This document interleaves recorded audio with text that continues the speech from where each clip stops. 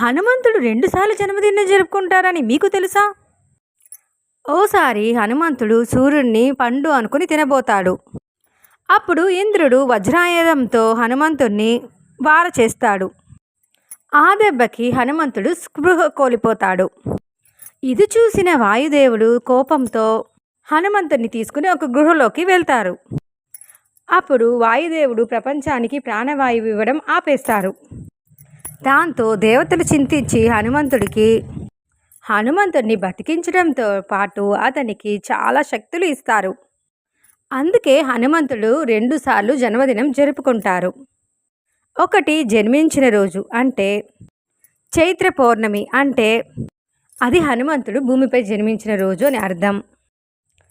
కాబట్టి రెండవది తనకి శక్తులు వచ్చిన రోజు. కాబట్టి 2 సార్లు హనుమంతుడు జన్మదినం జరుపుకుంటారు. మీకు కనుక